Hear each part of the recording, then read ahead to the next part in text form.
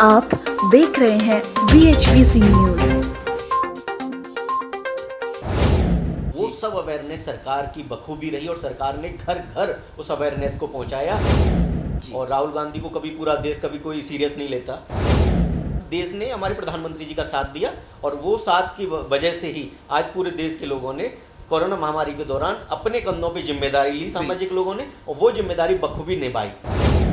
और प्रधानमंत्री जी ने दो टूक में साफ बोल दिया है कि हमारा देश झुकेगा नहीं। अगर सामने से अगर सवाल जवाब आएंगे, कोई गोलीबारी होगी तो हम उसका मुंह तोड़ जवाब देंगे। ये देश अब आंख में आंख डाल के बात करेगा, ये देश अब चुप नहीं बैठेगा। नमस्कार, मेरा नाम है दीपांश और आप हमारे साथ एक बार फिर से देख रहे हैं BHBC न्यूज़। जी हाँ, देश और दुनिया कोरोना वायरस के संकट का सामना कर रही है। आंकड़े शून्य से शुरू हुए थे और न जाने कहां तक पहुंचेंगे किसी को नहीं पता, लेकिन सरकार और प्रशासन तक जब ये बात पहुंची कि जनता त्रस्त है और ये कम्युनिटी स्प्रेड में धीरे धीरे बढ़ता चला जा रहा है, तो तमाम दुनिया की जो प्रशासन काम करते हैं बड़े लेवल पे, यानी कि आला अधिकारियों के द्वारा एक मीटिंग बिठाई गई और इस पर संज्ञान लिया गया कि किस तरीके से इसको रोका जाएगा। सबका निष्कर्ष आया, सबका रिजल्ट आया, तो यह आया कि लॉकडाउन इसका एक बेहतर उपाय है कि लोगों को सोशल डिस्टेंसिंग सिखाई जाए, लोगों को साफ़ सफाई सिखाई जाए और साथ ही लोगों को ऐसी चीज़ें सिखाई जाएँ जिससे कम्युनिटी स्प्रेड में जल्दी ना बदले। लेकिन फिर भी ये कम्युनिटी स्प्रेड में बदला और आज भी भारत में जो स्थिति है, यानी कि अगर आज की बात करें, ताज़ा आंकड़ों की बात करें जून के, तो आंकड़े लाखों में पहुंच चुके हैं और मौतें भी लगातार बढ़ती चली जा रही हैं। अगर दिल्ली देश की राजधानी की बात करें तो वहाँ पर 17,000 मामले रिकॉर्ड तोड़ एक दिन में दर्ज किए गए।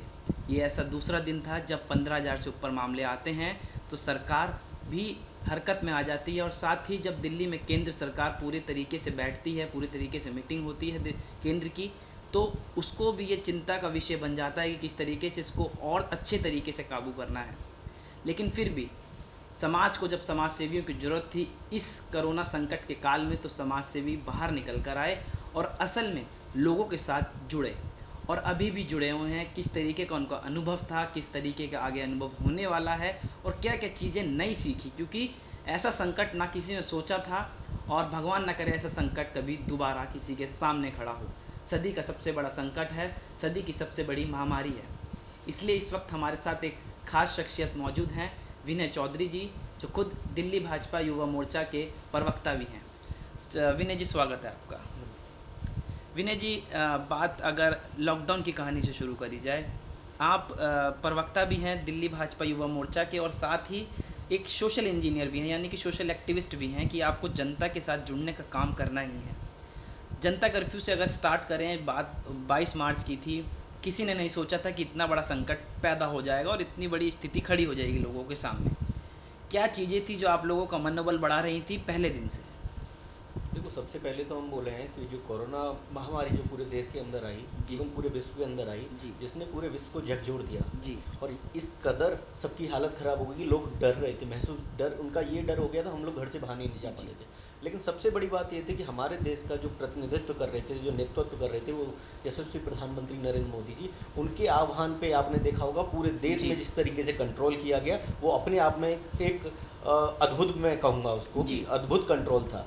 और उन्होंने जब आह्वान किया कि पूरे देश के अंदर जनता कर्फ्यू होने जा रहा है और आपको घर में लॉक रहना पड़ेगा, लॉकडाउन रहना पड़ेगा, तो सब लोगों ने उनकी बात मानी और केवल वो एक बहुत बड़ी बात रही कि उन्होंने समय पे आके उस लॉकडाउन को लगाया और आज शायद हम इस महामारी में इतना ज़्यादा हमें नुकसान नहीं हुआ जो कि बाहर की कंट्रियों को हुआ है। बिल्कुल विनय जी, लेकिन फिर भी आज की तारीख में कम्युनिटी स्प्रेड, यानी कि जो समाज में व्यक्ति दर व्यक्ति ये बीमारी अब महामारी फैल रही है, फिर भी सरकार और प्रशासन मिलकर एक अच्छा काम कर रहे हैं कि आंकड़े इतने ज़्यादा नहीं हैं जितने महाशक्तिशाली देशों की अगर बात करें, जैसे कि अमेरिका, जैसे कि इंग्लैंड की अगर बात करें तो वहाँ किस तरीके से यूके में फैला था, जर्मनी में हालत देखने को मिली, हालात बद से बदतर होते चले गए। इटली में आप दिल्ली भाजपा में ही प्रवक्ता हैं और बतौर आप हर चीज़ से अपडेटेड रहते हैं।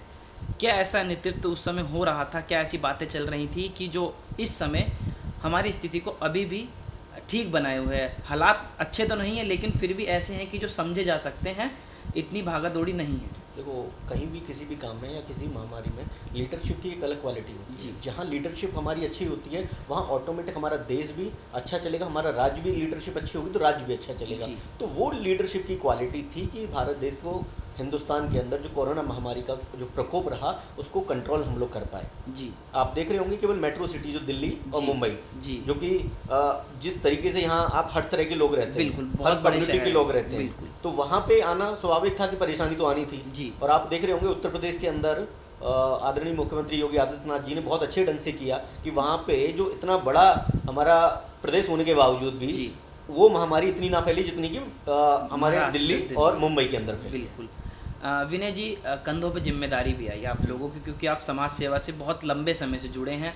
जब कंधों पे जिम्मेदारी आई तो क्या एहसास हुआ, क्योंकि सबसे बड़ा संकट इसको माना जा सकता है, ना आपने पहले कभी देखा होगा और ना हम उम्मीद करते हैं कि ऐसा संकट दोबारा देखने को मिले। कभी ऐसा कभी ना मिले, और हम तो ये कहेंगे जीवन में हमने कभी सुना नहीं था कि इस तरह की महामारी कभी आएगी। जी। मैं आपको एक छोटा सा किस्सा मैं बताना चाहता हूँ जी। कि जो हमारी शुरुआत कैसे हुई कि समाज में जाने की और किस तरीके का दर्द हमें महसूस जी। हुआ। मेरा एक्चुअली क्या रहता है कि हम जैसे डेली ऑफिस जाते हैं, अपने कार्यालय जाते हैं, कार्यालय जाते में हमें ऑफिस जो हमें रास्ते में हमारे कई झोंपड़ी झुकी हैं, बिल्कुल। तो हमें घर बैठे हुए उनकी चिंता हुई कि यार हम 2 दिन से 22 तारीख को लॉकडाउन हुआ और 24 तारीख को 23 और 24 को हम घर पे थे, घर बिल्कुल। फैमिली, और हम लोगों ने खुद बोल दिया था कि नहीं निकलना नहीं नहीं है। निकलना, लॉकडाउन का हाँ, पालन। प्रधानमंत्री जी के जो आह्वान आदेश पर। है उनका पालन करना है। बिल्कुल। तो जब लेकिन हमें चिंता हुई 24 तारीख को कि यार हमारे आसपास के झोंपड़ी झुग्गी वाले लोग हैं जो कि डेली कमाते हैं, सुबह जाते हैं कमा के लाते हैं, रात को वही खाना खाते हैं, जी। उनका ये सिस्टम रहता है। हमने वो लोग कैसे करेंगे, कैसे सर्वाइव करेंगे। जी। पर हमने सोचा कि क्यों ना जाया जाए, वहाँ पहुँचे तो एक्चुअल में हमने जब बात की उनसे तो पता चला कि वो लोग 3 दिन से भूखे थे, यानी कि 22 तारीख की रात से उन्होंने खाना नहीं खाया था। यानी कि वो 22, 23 और दिहाड़ी 24। मजदूर थे कि सुबह जी। कमाते थे तो शाम को खाते राइट। थे, और वो स्थिति उनके सामने पैदा वो हुई थी। और आप लोगों ने मदद का हाथ आगे बढ़ाया और कंधे से कंधा मिलाकर अब प्रशासन और बिल्कुल, सरकार के साथ बिल्कुल, आप बिल्कुल। लोगों ने काम किया। जी। विनय जी, ऐसा कौन सा सूत्रधार था जिसने देश को एक धागे में पिरो के पूरा लॉकडाउन का पालन करना सिखा दिया, और 3 महीने हुआ भी हुई? कौन से ऐसे सूत्र थे? क्या सबका साथ, सबका विकास और सबका विश्वास बिल्कुल आप मानते हैं कि ये 3 जो शब्द हैं बिल्कुल फिट बैठते हैं इस चीज़ में, इस संकट के काल में? 100% फिट बैठते हैं। आप सबसे बड़े एग्जाम्पल आप हम अमेरिका की बात ले लो। जी। अमेरिका के अंदर जिस तरीके से कंट्रोल अमेरिका नहीं कर पाया क्योंकि उनकी लीडरशिप क्वालिटी अच्छी नहीं नहीं थी। जो हमारे पास जो लीडरशिप थी क्वालिटी, उसी की वजह से आज हम देख रहे हैं कि पूरे जी। इंडिया के अंदर हम लोग कंट्रोल कर पाए। जी। टाइम पे सबसे बड़ी बात कि टाइम पे लॉकडाउन लगाना, जी। लॉकडाउन लगाने के बाद लॉकडाउन को फॉलो कराना, जी। सबसे बड़ी बात अवेयरनेस की। अगर जी। हम पूरे देश के अंदर सबके पास अवेयर होना चाहिए कि कहाँ कोरोना से क्या दिक्कत आती है, जी। कहाँ किस वजह से होता है, क्या सावधानियां इसके लिए जी। जरूरी हैं, क्या क्या उपाय जरूरी हैं, वो जी। सब अवेयरनेस सरकार की बखूबी रही और सरकार ने घर घर उस अवेयरनेस को पहुंचाया। सोशल मीडिया के माध्यम जी। से पहुंचाया, टीवी के माध्यम से पहुंचाया, प्रेस मीडिया के माध्यम से पहुंचाया। बिल्कुल। विनय जी, विपक्ष ने सवाल खड़े करे थे शुरुआत में कि लॉकडाउन में देरी हुई है। कांग्रेस के पूर्व अध्यक्ष राहुल गांधी जी ने ट्वीट करके बताया था कि देश जो है बुरे दौर से गुजरने वाला है, और ये चीज़ पहले कर देनी चाहिए थी लॉकडाउन। क्या लगता है कि कहीं ना कहीं वो चीज़ें अगर कनेक्ट करके देखी जाएं तो कहीं ना कहीं सरकार के साथ आगे बढ़ने का प्रयास करना चाहिए था बिल्कुल, सभी देखो को? विपक्ष का काम होता है कटाक्ष करना, जी। और राहुल गांधी को कभी पूरा देश कभी कोई सीरियस नहीं लेता। जी। वो सब जानते हैं उनका जी। कि वो कोई भी बात करते हैं वो तथ्यहीन बात करते हैं, वो कहाँ से कहाँ निकाल लेंगे। आपने देखा होगा उनके बयान, आप पुराने बयान देख लो कि बच्चों के लिए वो कॉमेडी शो के अलावा वो कुछ नहीं रह गए। तो राहुल गांधी जी का बयान कोई मायने नहीं रखता जी। कि क्या बयान दिया, उनका विपक्ष का काम है बयान देने का। लेकिन सबसे बड़ी बात देश ने हमारे प्रधानमंत्री जी का साथ दिया, और वो साथ की वजह से ही आज पूरे देश के लोगों ने कोरोना महामारी के दौरान अपने कंधों पे जिम्मेदारी ली, सामाजिक लोगों ने, और वो जिम्मेदारी बखूबी निभाई। और आपने देखा होगा सरकार से ज़्यादा सामाजिक लोग भी काम आए। सरकार अपनी जगह काम कर रही है, बिल्कुल। लेकिन जो घरों में बैठे हैं, जो सामाजिक कार्यकर्ता हैं, वो बाहर निकले, उन्होंने लोगों को राशन बांटा, खाना खिलाया, जी। जो सुविधाएं थी वो दी। जो तो वो अपने सक्षम आप में लोग बड़ी हैं बात वो थी। घर से बाहर निकले, जी। आप मान रहे हैं, और ये पूरी दुनिया मान रही है। जी। अमेरिका की बात अगर करें तो अमेरिका को सुपर पावर देश कहा जाता है, यानी कि महाशक्ति देश, लेकिन फिर भी एक तरीके से फेल कर गया। उसका पूरा एक फ्लॉप शो रह गया इस दौरान संकट की घड़ी में। अगर भारत और अमेरिका की बात करें तो किस तरीके से आमना सामना कर सकते हैं हम कि हम किस लेवल पे हैं उनसे आगे, और फिर भी उसको महाशक्ति कहा जाता है, ऐसा क्यों? देखो महाशक्ति का क्या है कि जो स्टार्टिंग से टैगलाइन यूएस ने दे रखी है, इवन WHO आज देखो, WHO का प्रतिनिधित्व हमारा देश भारत कर रहा है आज के डेट में। तो आज महाशक्ति की हम बात करें, आज हम अपनी बात करें, तो आज हमारा देश मजबूत हो रहा है। टाइम के अकॉर्डिंग जब से प्रधानमंत्री नरेंद्र मोदी जी ने नेतृत्व देश का संभाला है, देश पर डे मजबूत हो रहा है। आप बाहर जाके देखिए, विदेशों में जाके देखिए, वहाँ के लोग जो हमारे एनआरआई लोग हैं वो खुद कह रहे हैं कि हमारी बाहर जाके इज्जत बढ़ रही है, हमारा स्वाभिमान बढ़ रहा है। तो देश के जो प्रधानमंत्री हैं, केवल सिर्फ और सिर्फ उनकी वजह से, पूरे देश के अंदर प्रधानमंत्री मोदी जी की वजह से एनआरआई लोगों का, हमारे देश के लोगों का स्वाभिमान विदेशों में भी बढ़ा है। बिल्कुल। आपको काफ़ी लंबे समय हुआ समाज की सेवा करते हुए, राजनीति से अगर हट के बात करें, लेकिन इस दौरान जो ये बहुत लंबा समय था, 80-90 दिन बीत चुके हैं और लेकिन संकट अभी ख़त्म नहीं हुआ है, क्या अनुभव रहा? बहुत अलग अनुभव होगा इसका। ऑब्वियसली देखो, अनुभव रहता है हमें, जब हम निकलने को होते हैं तब पता चलता है कि कितनी परेशानी लोगों के साथ हैं, जिनके पास, जो मैंने आपको बताया कि जो लोग सुबह निकलते हैं और रात को घर आ रहे हैं, उनके लिए कोई सुविधा नहीं थी। सरकार मदद कर रही थी, लेकिन कई जगह ऐसी होती हैं कि सरकार भी वहाँ नहीं पहुँच पा रही थी। वो लोग वहाँ सामाजिक कार्यकर्ता ही पहुँच पा रहा था, क्योंकि हर जगह नहीं पता रहता। कई ऐसी झोंपड़ी झुग्गी होती हैं कि अंदर जाके होती हैं, वो काउंटेबल नहीं होती, कहीं जगह रह रही होती हैं, उनका कोई एड्रेस नहीं होता, कुछ नहीं होता उनका, तो वहाँ पे केवल सामाजिक कार्यकर्ता ही पहुँच पाता है। दूसरा, हमने देखा कि जब हम बाहर निकले तो प्रवासी मजदूरों का बहुत बड़ा काफिला, आपने देखा होगा, कितने बड़े काफिले प्रवासी मजदूरों के निकले थे कि वो लोग समझ नहीं पाए कि उनको बस अपने घर जाने की चिंता थी, लेकिन वो भी स्वाभाविक था कि उनको जरूरी था। लेकिन प्रधानमंत्री मोदी जी ने जो बात कही, कहीं ना कहीं उन्होंने फॉलो की, लेकिन कुछ लोगों के भ्रम में आके प्रवासी मजदूर जब निकल गए तो उनका दर्द की चिंता लोगों को हुई।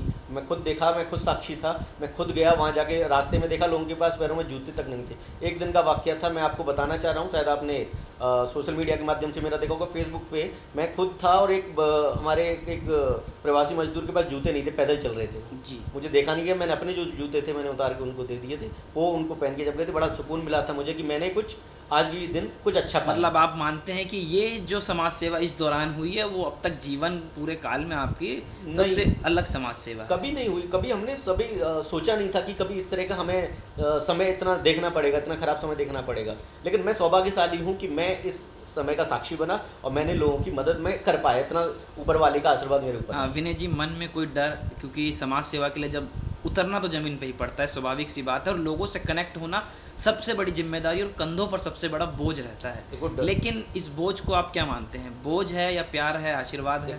मैं कभी इसको बोझ मान के तो हम फिर चल ही नहीं पाते और 80-90 दिन तक हम कवर नहीं कर पाते, लेकिन हम अरे दिल में इतनी बात नहीं थी जितना हमारे घर वालों के, फैमिली मेम्बर के थे, हमारी मदर के, पिताजी के। वो हमेशा ये कहते थे कि बेटा आप बाहर जा रहे हो, ऐसा ना हो आपको कोरोना हो जाए, हम पूरे दिन देख रहे हैं इतने लोगों का। मुझे खुद डर रहता था, मैं 3 बार फीवर में रहा हूँ 80 दिन के अंदर, 3 बार मुझे फीवर आया और तीनों बार यही लगा कि मुझे कहीं कोरोना ना हो गया हो। तो मैं वहाँ जाके जब हॉस्पिटल में 3 बार चेक कराया कि जाके फिर जब नेगेटिव आता था तब लगता था कि नहीं नेगेटिव है, ठीक है, तब हम ठीक हैं। तो वो डर हमारा बाकायदा बना हुआ था, पूरी फैमिली को डर हो गया था जी। 3 बार आप समझ सकते हो फीवर आना कंटिन्यू 10-12 दिन के बीच में, और पूरी फैमिली यही सोच रही कोरोना हो गया, कोरोना हो गया, तो डर रहता ही है। विनय जी, डर की बात करिए आपने परिवार के, लेकिन एक देश पूरा एक परिवार है, हम लोगों का, सरकार का परिवार है, विपक्ष का भी परिवार है, यानी कि सब एक परिवार की तरह इस देश में अगर कोई भी आँच आती है तो सबको एक साथ खड़ा होना चाहिए, और होते भी हैं, क्योंकि भारत अद्भुत संस्कृतियों से बंधा हुआ देश है।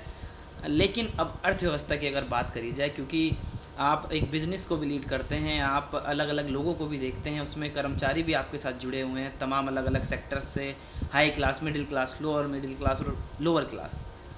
बहुत बड़े उनके सामने संकट है और डर है उन लोगों को कि आने वाला समय कैसे होगा। तो क्या समझाना चाहेंगे दर्शकों को कैमरे के माध्यम से? बिल्कुल, देखो स्वाभाविक है, डर है, मैं बिल्कुल मानता हूँ, और डर को काफ़ी हद तक समाप्त किया हमारे यशस्वी प्रधानमंत्री माननीय श्री नरेंद्र मोदी जी ने, जो हमारे देश के अंदर इतना बड़ा पैकेज 20 लाख करोड़ का पैकेज उन्होंने दिया। आपने देखा होगा जो छोटी छोटी कंपनियां होती हैं, एमएसएमई कंपनी होती है, उनको बाकायदा उनको लोन के लिए बात हुई, उनको पैसा जो फंड सरकार से रिलीज हुआ वो फंड वहां तक पहुंचने की बात हुई। इसके अलावा जो लोगों के जनधन खाते, जो एक समय पे आगे विपक्ष कटाक्ष करता था कि जनधन खाते का क्या महत्व है, आज हमने वो देखा कि जनधन खाते की वजह से जो परेशान लोग थे, जो गाँव में रह रहे थे, जो दूर रहे थे, उनके पास डायरेक्ट धनराशि पहुंची, उनके डायरेक्ट अकाउंटों में पैसा पहुंचा। तो ये अपने आप में बड़ी बात होती है। महिलाओं के अकाउंटों में अलग पहुंचा, जो किसान थे किसानों के अकाउंट में अलग पहुंचा, जो लोग थे उनके पास अलग धनराशि पहुंची। तो ये अपने आप में एक बड़ी बात है कि सरकार की तरफ से पूरी मदद रही है। राशन में सरकार की मदद रही, सरकार की अर्थव्यवस्था के अंदर डायरेक्ट पैसे पहुंचाने में मदद रही, कंपनियों को, छोटी छोटी कंपनियों को जो फंडिंग देना, 20 लाख करोड़ का जो पैकेज होता है अपने आप में एक बड़ा पैकेज। आज तक आपने देखा होगा 70 सालों के अंदर इस तरह का पैकेज कभी आपको सुनने में नहीं मिला होगा। तो वो कहीं ना कहीं जो लघु उद्योग हैं उनको फायदा कहीं ना कहीं हुआ है। चिंता का डर उन परिवारों में भी आपने उनकी आंखों में देखा होगा, उनके मन में पड़ा होगा, दिमाग में भी पड़ा होगा कि जब आप ज़मीन पर अभी भी मौजूद हैं, आज की तारीख में भी आप ज़मीन पर मौजूद हैं, क्या ज़रूरत पड़ी उन लोगों को जो दिल्ली से निकल पड़े इस शहर की चकाचौंध को छोड़कर अपने गाँव और खेत खलिहानों की तरफ? क्या चिंताएं थी उनकी मन में? उसमें मैं आपको सबसे बड़ी बात बताऊँ, उसमें एक कारण था जी जो दिल्ली के नेतृत्व जो मुख्यमंत्री केजरीवाल जी कर रहे हैं उन्होंने भ्रम में डाल दिया था सब लोगों को, और जो उनको बाकायदा बस लगा दी गई थी कि आपको बॉर्डर पे जाइए। आप जिस तरीके से आपने देखा होगा गाजियाबाद के अंदर किस तरीके के लोग वहाँ पे जमघट लग गया था लोगों का, हम टीवी और सोशल मीडिया के माध्यम से हम देख रहे थे। वो जमघट सिर्फ और सिर्फ केजरीवाल की देन थी। उसकी वजह से वहाँ इतना जमघट लग गया कि लोगों को हायतौबा हुई, उनको लग रहा था बस खड़ी हुई है वहाँ इजीली चले जाएंगे, लेकिन इस तरह की कोई सुविधा नहीं थी सरकार की तरफ से। वो भ्रम फैला गया, उसी की वजह से जितने प्रवासी मजदूर हैं उनको जाना पड़ा। लेकिन विनय जी, दिल्ली की सरकार की बात करें तो दिल्ली सरकार में आम आदमी पार्टी की सरकार और उसका नेतृत्व मुख्यमंत्री अरविंद केजरीवाल जी कर रहे हैं, लेकिन वो कहते हैं कि हमने पूरे अच्छे तरीके से इसको मैनेज कर रखा है। घर घर राशन पहुंचाने की बात हो या फिर हर डिस्ट्रिक्ट में, हर छोटे गाँव में। आपने देखा होगा टॉप पे दिल्ली चल रहा है कोरोना पेशेंट में, कितना मैनेज करेंगे केजरीवाल जी? बिल्कुल, ये मैनेज किया है। बिल्कुल शर्म आती है ऐसे मुख्यमंत्री के ऊपर कि ये मैनेज कर रहे हैं। पूरा दिल्ली के अंदर सबसे कम जनसंख्या है दिल्ली की, हम दिल्ली की बात करें तो, और स्टेट से बात करें, उत्तर प्रदेश से बात करें, मुंबई से बात करें, छोटा क्षेत्रफल आता है, कम जनसंख्या, उसके बावजूद भी केस आपके सबसे ज्यादा बढ़ रहे हैं जी। आप इस तरह का कंट्रोल क्यों नहीं कर पाए? और लास्ट में आके आपने देखा होगा, आप खुद मीडिया से हैं, आपने देखा होगा अरविंद केजरीवाल जी एक दिन बाहर नहीं निकले, एक दिन लोगों में नहीं निकले, एक दिन हॉस्पिटल नहीं गए, लोगों के बीच में एक दिन नहीं गए। भाजपा कार्यकर्ता एक एक जगह गए हैं। आपने देखा होगा अरविंद केजरीवाल सिर्फ और सिर्फ प्रेस मीडिया के माध्यम से प्रेस कॉन्फ्रेंस में करते थे, सिर्फ और सिर्फ मीडिया के माध्यम से, टीवी चैनलों के माध्यम से, और इसके अलावा वो कहीं नहीं दिखे। और लास्ट में आके जब उनसे पूरी व्यवस्था नहीं संभली है दिल्ली, तो उन्होंने केंद्र सरकार के अधीन किया है, केंद्र सरकार को बोला है कि आप हमारी दिल्ली को बचा लो। और वहाँ जाके जब हमारे यशस्वी गृह मंत्री अमित शाह जी पहुंचे, अमित शाह जी ने पूरा कंट्रोल किया है। आपने देखा होगा कितने वेंटिलेटर दिए, कितना मास्क वितरित करने का काम किया, कितना उन्होंने पूरे हॉस्पिटल के अंदर उन्होंने वेंटिलेटरों की सुविधाएं की। धीरे धीरे उन्होंने पूरा कंट्रोल किया। और अमित शाह जी खुद आपने देखा होगा आरएमएल हॉस्पिटल खुद गए, वहां जाके देखे। तो ये मुख्यमंत्री का काम होता है। जनप्रतिनिधि अपने क्षेत्र में अपने लोगों के पास नहीं जाएगा तो उस जनप्रतिनिधि का फायदा क्या है? लेकिन वो कहते हैं कि उनके 70 विधायक जो अगर उनको एक को हटा दिया जाए तो बाकी जो विधायक हैं वो ज़मीन पर मौजूद थे और ज़मीन पर मौजूद हैं। और दिल्ली में अगर केसेस की बात करी जाए, जैसा आपने बताया कि दिल्ली का हाल जो आज केसेस की संख्या है, वो कहते हैं कि हमने रैपिड टेस्टिंग कराई है तो केस आना स्वाभाविक है कि हम टेस्ट करा रहे हैं। अगर उत्तर प्रदेश की बात करें तो वहाँ टेस्टों की संख्या कम है। आप ये समझो ना, वो जो केजरीवाल जी कहते हैं उन बातों को आप भूल जाओ, क्योंकि रीजन है उसमें। केजरीवाल जी स्टार्टिंग से कहते आ रहे थे कि हम 10 लाख लोगों को पर डे खाना दे रहे हैं जी। आपने सिंगल कहीं पिक्चर देखी या वीडियो देखा कि 10 लाख लोगों को ये पर डे कहीं खाना देते हुए देखे आपने? केवल इन्होंने प्रेस कॉन्फ्रेंस में बोल दिया कि भैया हम 10 लाख लोगों को खाना दे रहे हैं, लेकिन वो कहीं फुटेज नहीं थी, किसी मीडिया चैनल पे नहीं थी, ना खुद के उन्होंने कहीं डाला। सिर्फ और सिर्फ लोगों ने के अलावा कुछ नहीं किया। केजरीवाल जी व्यवस्था संभाल नहीं पाए, सबसे बड़ी सच्चाई है ये। लास्ट में आगे केजरीवाल जी को खुद गृह मंत्री के सुपुर्द दिल्ली को करना पड़ा, और आज दिल्ली की व्यवस्था हमारे लेफ्टिनेंट गवर्नर जी ने और हमारे अमित शाह जी ने दोनों व्यवस्था संभाली, तब जाके दिल्ली को संभाला गया है। दिल्ली देश की राजधानी है जी। तमाम अखबारों में, तमाम मीडिया चैनल्स में, तमाम सोशल मीडिया में दिल्ली की हालात पूरे देश विदेश में चर्चा में भी हैं। सरकार का फेलियर हुआ, केंद्र सरकार बीच में आती है। क्या आप मानते हैं कि अब किस तरीके से जो कोऑर्डिनेशन चल रहा है, क्योंकि आप प्रवक्ता होने के नाते आपको बेहतर पता होगा कि क्या कोऑर्डिनेशन कमेटी अब बनी है? माननीय गृह मंत्री अमित शाह जी ने अपने हाथों में कमान ली है, दिल्ली के मुख्यमंत्री अरविंद केजरीवाल जी भी साथ में अब कोऑर्डिनेट कर रहे हैं, तो अब क्या स्थिति है और आने वाले दिनों में क्या होने वाला है? सबसे बड़ी बात, जिस दिन से अमित शाह जी आए थे उन्होंने तीनों अध्यक्ष, दिल्ली के कांग्रेस के अध्यक्ष, आम आदमी पार्टी के मेन मुखिया और दिल्ली भाजपा के अध्यक्ष, तीनों को बुला के एक सामुदायिक मीटिंग की थी और उन्होंने सुझाव मांगे थे कि आपके अगर कोई सुझाव है तो आप हमें बताइए। जो सरकार काम करेगी वो सरकार काम करेगी, लेकिन कुछ सुझाव आप भी दीजिए। इसके अलावा कांग्रेस के जो प्रदेश अध्यक्ष थे माननीय अनिल चौधरी जी, उनका स्वभाव बाकायदा लिया गया था, जो कि उन्होंने कहा था कि कोरोना जो टेस्ट रिपोर्ट है उन पर रेट कम किया जाए। केजरीवाल जी ने अपना उन्होंने सलाह दी। इसके अलावा हमारे दिल्ली प्रदेश के जो यशस्वी अध्यक्ष आदेश गुप्ता जी बने, उन्होंने सलाह दी अपनी, तो सारी सलाह मानी गई। बाकायदा अमित शाह जी ने सबको साथ लेके चले हैं, यानी कि जो हमारा नारा सबका साथ सबका विकास और सबका विश्वास की बात है, वो नारे को सफल किया है, अमल किया है, सफल किया उस नारे को। आप लोग उस पर आगे बढ़ रहे हैं जी। मैं फिर से उस बात पे आना चाहूँगा कि देश की अर्थव्यवस्था इस वक्त डीरेल हो चुकी है, पटरी से उतर चुकी है। पटरी पे लाने के लिए क्या प्रयास सरकार के हैं? देश की राजधानी दिल्ली से जो आवाज़ निकलती है वो भारत के हर कोने में पहुंचती है, भारत के हर गांव कस्बे में पहुंचती है, क्या वो आवाज़ होने वाली है? देखो, बिल्कुल वो जो एक समय हमारा कठिन समय आया, वो केवल देश के हिंदुस्तान के लिए, पूरे विश्व के लिए कठिन समय आया। उस कठिन समय के दौरान भी हमारे देश की जो सरकार है, आज की हमारी जो सत्ता की सरकार है, भाजपा सरकार है, उन्होंने बाकायदा कंपनीज को राहत देने का काम किया है, लोगों को राहत देने का काम किया है। मैंने आपको थोड़ी देर पहले बताया कि जो एमएसएमई कंपनी को, लघु उद्योगों को बढ़ावा देने का काम किया, लघु उद्योगों को जो लोन देने का काम किया, लघु उद्योगों को मदद करने का काम किया, किसानों को मदद करने का काम किया, राहत राशि दी गई उनको, महिलाओं को राहत राशि दी गई, तो अपने आप में बड़ी बात होती है। परेशानियों के समय में इस तरह की अगर मदद कोई हो रही है तो ये अपने आप में बड़ी बात है। बिल्कुल। विनय जी, एक बात और, जो अब संकट पे संकट, यानी कि संकट की घड़ी तो है ही, लेकिन संकट के ऊपर संकट आ रहा है। प्राकृतिक संकट देख लीजिए, तूफान आ जाते हैं, भूकंप आ रहे हैं, भूकंप के झटके जो कभी इतने महसूस नहीं किए गए, अचानक एक महीने में 6 से 7 बार भूकंप के झटके, तूफान बड़े बड़े हिट कर रहे हैं बड़े बड़े शहरों को, बंगाल को, मुंबई को। उसके साथ मानसून आने वाला है, बीमारियों का खतरा बढ़ जाता है। अब आज अगर अभी हाल फिलहाल की ताज़ी बात करें तो बिहार और उत्तर प्रदेश में जो आज घटना हुई है, काफ़ी दुखदाई घटना हुई है। मतलब संकट के ऊपर संकट, और सबसे बड़ा संकट जो तनाव चल रहा है चीन और इंडिया के बीच में बॉर्डर पर, यानी कि सैनिक लड़ रहे हैं, सैनिक शहीद हो रहे हैं। एक बहुत बड़े दुख की बात है कि सरकार कहाँ इसमें फेलियर कर रही है, या सरकार के बीच क्या बात चल रही है ऊपर के अधिकारियों से चीन में। आप चीन का देखो, सबसे बड़ा चीन का ही एक दोमुहा मैं रूप कहूँगा, दोमुहा चेहरा कहूँगा उनका, जब चीन की वजह से पूरे विश्व के अंदर ये महामारी हमारी आई है, सब पूरा विश्व जानता है इस बात को, सिर्फ और सिर्फ चीन की वजह से आई है। उसके बावजूद भी आप आज देख रहे होंगे कि बॉर्डर पे उन्होंने गलवान घाटी के अंदर जिस तरीके से उन्होंने अपने एलओसी के ऊपर जो फायरिंग की, हमारे जो 20 हमारे जवान शहीद हो गए, जिसमें 2 लेफ्टिनेंट कर्नल थे और हमारे 18 जवान थे, वो सारे शहीद हो गए। तो वो सोचो ना अपने आप में, जब वो इतनी बड़ी हरकत कर सकते हैं, इतनी बड़ी हिमाकत कर सकते हैं, लेकिन हमारी सेना ने बाकायदा उनका जवाब दिया, मुंह तोड़ जवाब दिया, उनको वहाँ से खदेड़ा, उनको आने नहीं दिया। इसके अलावा वो अपना अपना उन्होंने ये नहीं बताया कि उनके यहाँ कितने लोग मरे वहाँ पर, मतलब नहीं बताया उन्होंने। तगड़े तरीके से एक जवाब दिया गया है भारतीय सेना के बल के द्वारा। सबसे बड़ी बात ये समझो ना, उनके जवानों का उन्होंने ये तक नहीं बताया कितने लोग हमारे मरे हैं, नहीं मरे हैं। क्यों? उसमें झूठ था, क्योंकि वो उन लोगों ने ये एक्सेप्ट नहीं किया।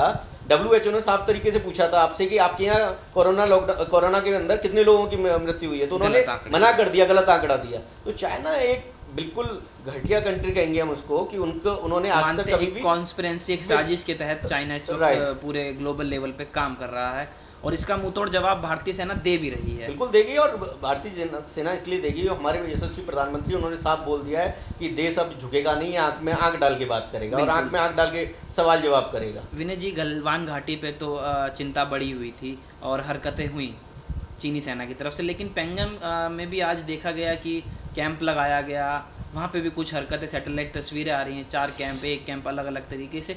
यानी कि चीन क्या किसी साजिश के तहत कॉन्स्पिरेंसी इतनी बड़ी चल रही है कि सरकार का ध्यान, प्रशासन का ध्यान, क्योंकि संकट का समय भी है, अर्थव्यवस्था भी थोड़ी डीरेल हो रखी है, तो इस सबके पीछे क्या है, जो अभी तक जो कोरोना महामारी के दौरान जो चीन की वजह से जो हुई, इस सबको छुपाने के लिए इसका ये काम है कि जानबूझ के इस तरह के कृत्य कर रहा है, इस तरह के हमले कर रहा है चीन, कि जानबूझ के दिखाने के लिए कि पूरे विश्व में इस तरह का माहौल हो जाए, इंडिया चाइना का वॉर जो वो दिखाना चाह रहा है। लेकिन वो कभी ये नहीं बताना चाह रहा कि उनके यहाँ उनकी कंट्री की वजह से पूरे विश्व में जो हालत हुई है वो कभी नहीं बताना चाहता। तो ये सिर्फ और सिर्फ केवल चीन की चाल है और कुछ भी नहीं। बिल्कुल। विनय जी, दर्शकों को बता सकते हैं कि घबराने की जरूरत नहीं है, एक कोई संदेश दें कि जो चीन हरकत कर रहा है उस पर केंद्र की सरकार क्या जवाब देगी और किस तरीके से उनका रोड मैप है, दर्शकों को अगर आप बताना चाहें। मैं सभी लोगों को यही कहूँगा कि आप बिल्कुल घबराने की जरूरत नहीं है, क्योंकि ये हमें समझना चाहिए कि हमारे देश के जो प्रधानमंत्री हैं, जो नेतृत्व देश का कर रहे हैं, वो यशस्वी प्रधानमंत्री माननीय श्री नरेंद्र मोदी जी हैं। उनके नेतृत्व में पूरा देश अच्छे से चल रहा है और प्रधानमंत्री जी ने 2 टूक में साफ बोल दिया है कि हमारा देश झुकेगा नहीं। अगर सामने से अगर सवाल जवाब आएंगे, कोई गोलीबारी होगी, तो हम उसका मुंह तोड़ जवाब देंगे। ये देश अब आंख में आंख डाल के बात करेगा, ये देश अब चुप नहीं बैठेगा। जी बिल्कुल। तो धन्यवाद विनय चौधरी जी। और ये थे हमारे साथ विनय चौधरी जी, जो दिल्ली भाजपा युवा मोर्चा के प्रवक्ता भी हैं, और काफ़ी अच्छे शब्दों से इन्होंने समझाया, आप लोगों तक जो बात पहुंचाई उसमें कहीं ना कहीं एक हौसला देने वाली बात भी है, एक उमंग देने वाली बात भी है, साथ ही एक ऐसा संदेश चीन की सरकार को, यानी कि चीन जिस तरीके से कॉन्स्पिरेंसी कर रहा है, एक साजिश रच रहा है, साजिश के तहत जो वो हरकतें कर रहा है उसका किस तरीके से मुंह तोड़ जवाब दिया जाएगा भारत के द्वारा, भारतीय सेना के द्वारा। क्योंकि भारतीय सेना की अगर बात करें तो भारतीय सेना में थल सेना, वायु सेना और जल सेना, नौसेना पूरे तरीके से सक्षम है चीन का मुकाबला करने के लिए। इसलिए लोगों को घबराने की ज़रूरत नहीं है, लोगों को संयम बरतने की ज़रूरत है। कैमरा पर्सन सुनील के साथ दीपांश, BHBC न्यूज़। आप देख रहे हैं BHBC न्यूज।